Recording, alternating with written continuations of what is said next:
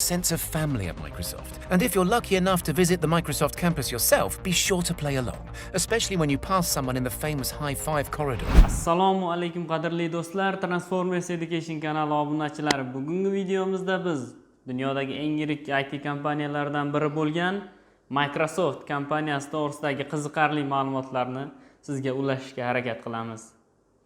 O'ylaymanki, siz uchun manfaatli bo'ladi degan umiddamiz. Qani bo'lmasa, boshladik.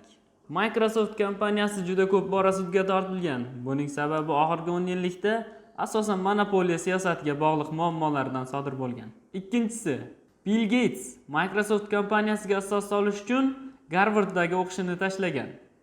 Korporatsiya bosh direktori esa Stephen Ballmer universitetni tugatgan, ya'ni Harvard universitetini tugatgan.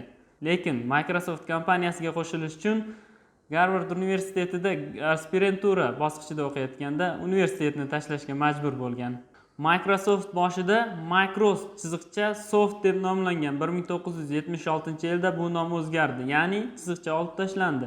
O'zi micro computer, ya'ni kompyuter so'zining qisqartmasi software, ya'ni yumshoq, dasturiy ta'minot so'zlarining qisqartmasidan hosil bo'lgan va shu bilan Microsoft so'zi kelib chiqqan. To'rtinchisi, biz bilgan Windows so'zi boshida interface manager deb nomlangan.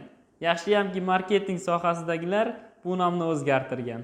Beshinchisi, 1994-yilda Windows operatsion sistemasi uchun birinchi virus paydo bo'ldi. Buning nomi WinRAR 1.4 deb nomlangan. Oltinchisi, Microsoft kompaniyasining 20 mingdan ortiq patentlari mavjud. Yettinchisi, Microsoft o'z logotipini 25 yil deganda birinchi marta yangilagan. Microsoft logotipi 5 marta yangilangan, oxirgi logotip esa metro interfeysi asosida tayyorlangan. 8-si, Microsoft zamonaviy san'atning ulkan to'plamiga egadir. Microsoft kompaniyasi kolleksiyasida 5 mingdan ortiq turli xil san'at asarlari mavjud. U yerda haykallar, turli xil suratlar hamda multimedia loyihalar ham bor. Microsoftning muhim voqealarini MMC shirinlik kompaniyasi nishonlaydi. Nima uchunligini bilmadim. 10-si, Microsoft kompaniyasiga ishga kirayotganda suhbat jarayonida juda ham g'alati savollar berishadi. Masalan, kanalizatsiya teshigining qopqog'i nima uchun dumaloq? Yoki bo'lmasa gap kosmonavtlar uchun qahva qaynatgich to'g'risida ketishi mumkin. To'g'ri, bu vaziyat g'alati ko'rinishi mumkin, biroq suhbat jarayonida ijodiy fikrlashga ega bo'lgan nomzodlarni tanlab olish uchun bu juda ajoyib usul hisoblanadi. Shuning bilan bugungi videomiz o'z nihoyasiga yetdi.